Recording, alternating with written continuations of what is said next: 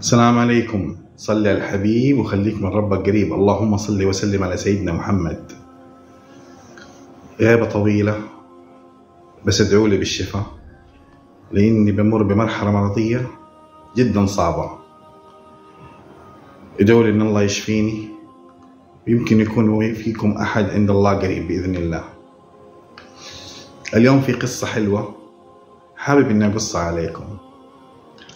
أول شيء نبدأ بالصلاة على النبي صلى الله عليه وسلم. اللهم صل وسلم على سيدنا محمد.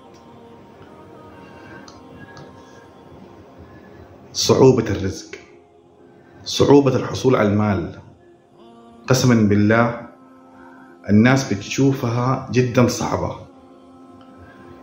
لكن والله العظيم هي حلولها موجودة في القرآن. الاستغفار أولها، الصلاة على النبي اللهم صل وسلم سيدنا محمد، الصدقة، الدعاء، قيام الليل، هذه كلها بتسبب الرزق. مهما قلنا ومهما عدنا يا جماعة هذا هو علاجها، والله العظيم هذا هو علاجها. مهما عملنا من محاولات في الدنيا، والله والله والله هذا هو علاج الرزق. خليني أقص عليكم القصة هذه. كانت في عائلة متكونة من أب وأم وولد. الولد هذا عمره ما يتعدى 15 سنة. الأب حالته المادية جدا تعبانة، وبكذلك طبعا هذا أثر العائلة كلها. بس كان زارع في ابنه الصلاة والدعاء والاستغفار، كان زارع في ابنه فضائل المفروض إحنا ككبار نعملها. جاء في يوم من الأيام والأب هذا شالوه من عمله أو فصلوه من عمله بسبب قلة الرواتب وقلة المادة، وكان لازم يقللوا من الموظفين. انفصل الأب، كان المورد قليل فجأة صار معدوم. الأب دخل في عملية نفسية، دخل في وضع نفسي. من فين أنا أبغى أسد إيجار، ومن فين أبغى أسد كهرباء، ومن فين أجيب أكل وشرب. يا الله، الدنيا بالنسبة لهم صارت صعبة، والحياة بالنسبة لهم صارت جدا صعبة. الولد حس بالضيق اللي في أبوه، وحس بالهم. ما كان قدامه إلا سجادته واللي أبوه علم إياه: الصلاة، استغفار، دعاء، الصدقة. ما كان عنده شيء يتصدق فيه، لكن ما كان عنده إلا سجادته واستغفاره والصلاة على النبي صلى الله عليه وسلم. أكثر منها، وصار في سجود ويدعي: يا رب أرزق أبوي ملايين ملايين ملايين. صار يدعي بفطرة الطفل، بفطرة البني آدم اللي ما هو عارف إيش يقول في الدعاء. هل أبدأ بمدح لله عز وجل؟ هل أبدأ بالصلاة على النبي؟ هل أبدأها بركعتين؟ صار يدعي يدعي يدعي بكل ما جاء في قلبه، وبالفطرة أخذها بالفطرة، وصار يدعي بكل شيء. ألين في يوم من الأيام الأب دخل عليه غرفته، قال له: يا ولدي أطلت في الصلاة. قال: والله يا أبوي أنا شايفك ضايق، وشايف أمي ضايقة، وشايف الأمور متعسرة في البيت. قال: يا ولدي حلها الله. قال: ما أنا قاعد أتكلم مع الله. قال له: كيف؟ قال له: بتكلم معاه في سجودي، بتكلم معاه في دعائي، بشكي له إنه أبوي تعبان، إنه أبوي ما عنده فلوس، إنه أبوي. قال له: طيب أكمل دعائك وأكمل صلاتك، لعل الله يكون الفرج في دعائك وفي صلاتك. الولد فرح، قال: أبوي اعتمد علي في الدعاء وأنا لازم أكثر الولد في الدعاء. الين في يوم من الايام قال دعوة. وش قال؟ قال يا رب ارزقني انا وابوي وامي مالا كثيرا. بس قال الدعوة هذه، قال يا رب ارزقني انا وامي وابوي مالا كثيرا. قالها بنية صافية، قالها بإخلاص لله سبحانه وتعالى، قالها بهذه الصيغة. ثاني يوم طبعا هو دعا في قيام الليل، صلى الفجر ورجع البيت، جلس الإشراق يسبح ويستغفر لين ما جاء النوم. نام. لما نام حلم إنه أهله صاروا أغنياء، إنه هو نفسه صار غني، وإنه من كثر غناه كان شوفوا تفكير الطفل في الحلم كيف، إنه فتح مدرسة لتحفيظ القرآن الكريم، وكان هو مش مدير، لا كان هو أحد مدرسينها. الفطرة الطيبة أو التربية الطيبة هذه نتائجها. حتى في الأحلام ما تلاقيه بيحلم حلم خبيث، لا بيحلم بالشيء الطيب. صحي من النوم لقى أبوه نايم وأمه لسه نايمة، قال خليني إيش أروح أقلب في الثلاجة إذا في عيش أسوي سندويتش ولا شيء، ولا يدق عليهم الباب، السلام عليكم. عليكم السلام ورحمة الله وبركاته. هذا بيت فلان. قال إيه؟ قال وينه؟ قال نايم. قال طيب نصحيه؟ قال أبشر، بس مين نقول له؟ قال صحيه بس وقول له في واحد يبيك على الباب. قال أبشر حاضر. صح أبوي، قوم في واحد يحتريك على الباب. مين؟ طلع السلام عليكم. عليكم السلام. أنت فلان؟ قال إيه؟ قال يا أخوي قدر الله إن الوالد توفى. قال الله يرحمه، أنا فلان ابن فلان. لا إله، أخ وعزيز وغالي، حياك. قال يا أخوي أبوي كان مستلف منك 500 ريال في زمان الزمانات. قال أنت جاي الله يصلحك، أبوك كان أخ وعزيز على 500 ريال. قال إيه بس أبوي 500 اللي أخذها منك شغلها وجابت لك رزق طيب. قال كيف؟ قال إيه وصية الوالد إنه إحنا نوصل لك هالرزق لك. قال الله يجزاه خير. ما سأل كم، ما سأل شيء. قال طيب وين عزاكم وين؟ قال لا أبوي الله يرحمه توفي صار له أسبوعين والحمد لله عملنا العزاء وخلصنا، لكن هذه الوصية ولازم نعطيك إياها. قال أبشر حاضر، لكن إني والله ما ودي من أبوك شيء. قال لا لازم هذه وصية ننفذها. قال طيب الرجال منتظر إنه يعطيه شيء. قال طال عمرك بس بغيتك تركب معي تطلع نروح للبنك. قال وش دعوة البنك يا أخي، هي 500 ريال إن زادت صارت 1000.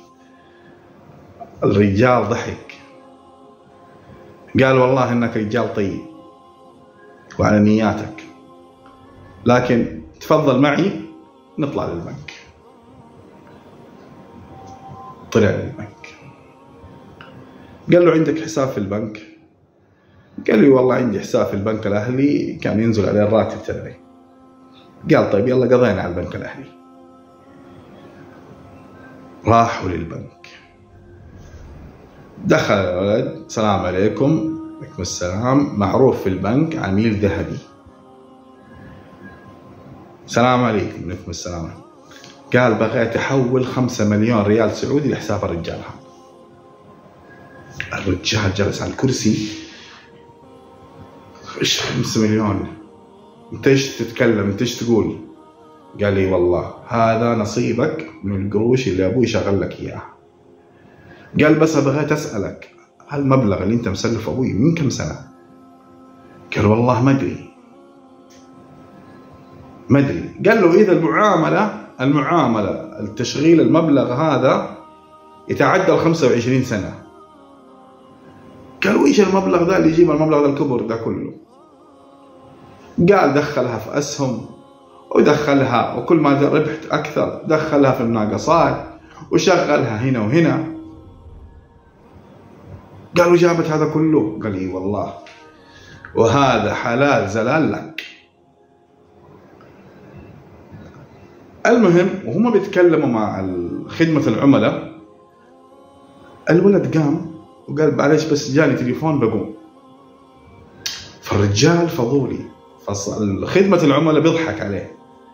قال له وش فيك تضحك؟ قال له هذا ابوه الله يرحمه ملياردير تاجر كبير. قال لا اله الا الله. قال له انا مستلف مني 500 ريال. بس زمان هذا الرجال يعني ما كان شيء، يعني كان على حاله، قال حاله زي حالي. قال والله شوف انا ما اعرف هو استلف منك ولا لا، لكن هذا قال لي نحول من حسابه الشخصي لحسابك 5 مليون، عطني هويتك وعطني حسابك.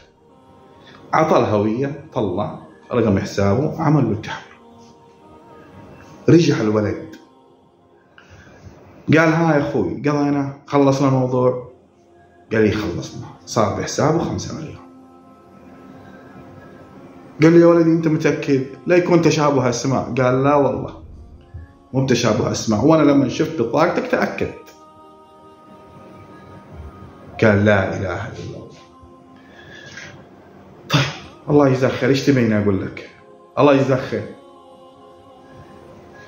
خرجوا، جلس في السيارة معاه وهم راجعين على بيت الرجال، بيسأله يقول له ودي أعرف وش 5 مليون هذه وكيف جات؟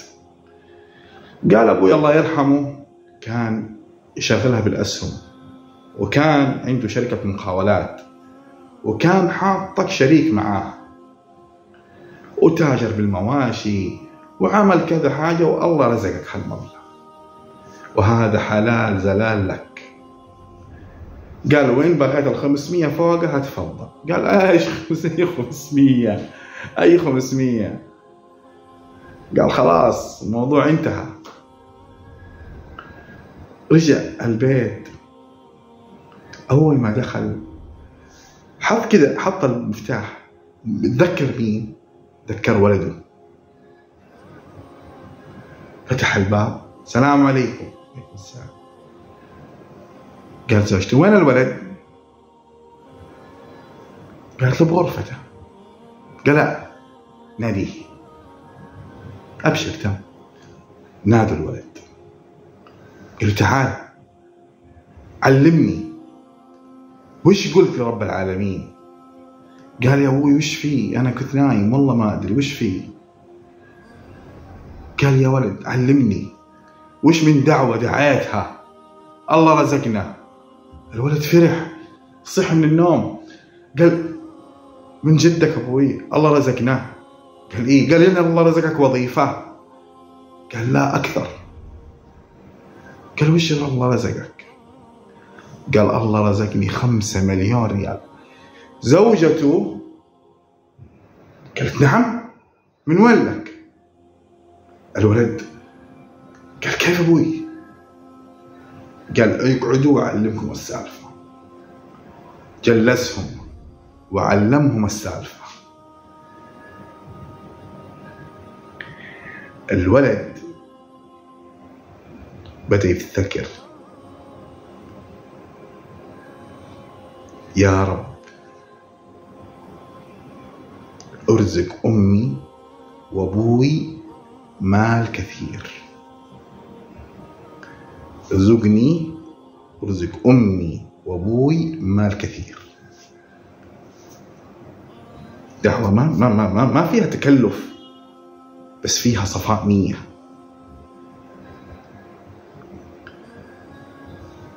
5 مليون ريال. الأب قال له هذه هي الدعوة؟ قال له هذه هي الدعوة لدعايتها. قال يشهد الله إني ما دعيت غيرها، هي هذه الدعوة. قال والله استجاب لك. راحوا اشتروا بيت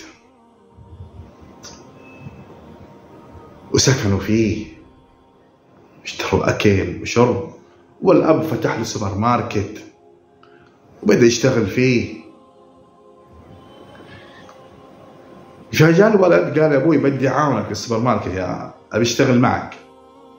قال لا أنت ما تشتغل معي، أنت تدرس وتصل وتدعي بس. قال له من جد؟ قال إيه؟ قال الخير اللي احنا فيها بسبب دعائك. قال له أنت تدرس وتصل وتدعي فقط. الشاهد من الموضوع التربية الصالحة. التربية الصالحة لما تكون صالحة وتكون مخلصة لله عز وجل، هذه هي نتائجها. رزق للعائلة كبير وبركة تحل على البيت. هذه هي التربية الصالحة، هذه هي التربية الصالحة. يا رب أهدي أولادنا واهدينا لما تحب وترضى يا رب. يا رب ارزق كل من شاف هذا المقطع مال وفير وقناعة في النفس وبركة في الحياة. قولوا آمين. السلام عليكم.